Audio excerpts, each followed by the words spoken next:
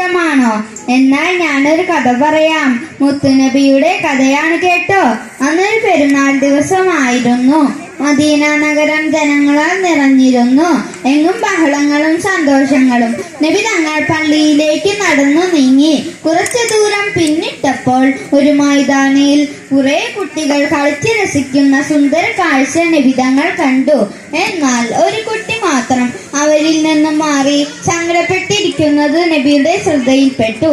നബി തങ്ങൾ വേഗം ആ കുട്ടിയുടെ അടുത്തേക്ക് പോയി.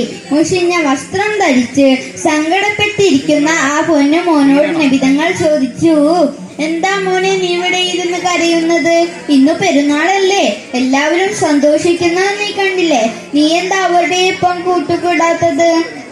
നബിയുടെ ചോദ്യം കേട്ട ഉടനെ തേങ്ങിക്കരഞ്ഞുകൊണ്ട് ആ പൊന്നുമോൻ പറഞ്ഞു, എനിക്ക് ആരുമില്ല, എന്റെ ഉപ്പയും ഉമ്മയും മരിച്ചുപോയി.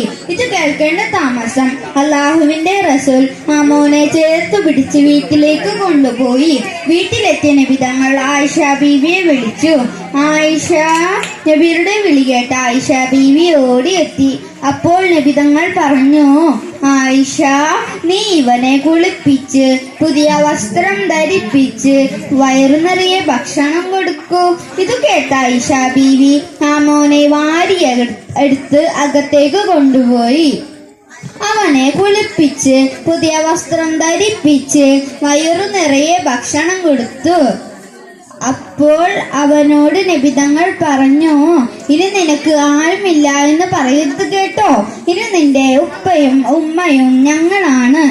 ഇത് പറഞ്ഞപ്പോൾ ആ പൊന്നോമനയുടെ മുഖം സന്തോഷത്താൽ പ്രകാശിച്ചു. അനാഥ കുഞ്ഞുങ്ങളെ സ്വന്തം കുഞ്ഞുങ്ങളെ പോലെ സ്നേഹിക്കാൻ പഠിപ്പിച്ച മുത്തുനബിയുടെ മേൽ സ്വലാത്ത് ചൊല്ലി ഞാൻ ഈ കൊച്ചു കഥ ഇവിടെ അവസാനിപ്പിക്കുന്നു.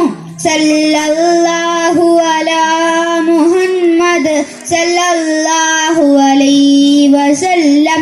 സല്ലല്ലാഹു അലാ മുഹമ്മദ് സല്ലല്ലാഹു അലൈഹി വസല്ലം. അല്ലാഹുമ്മ സല്ലി അലാ മുഹമ്മദ് യാ നബി.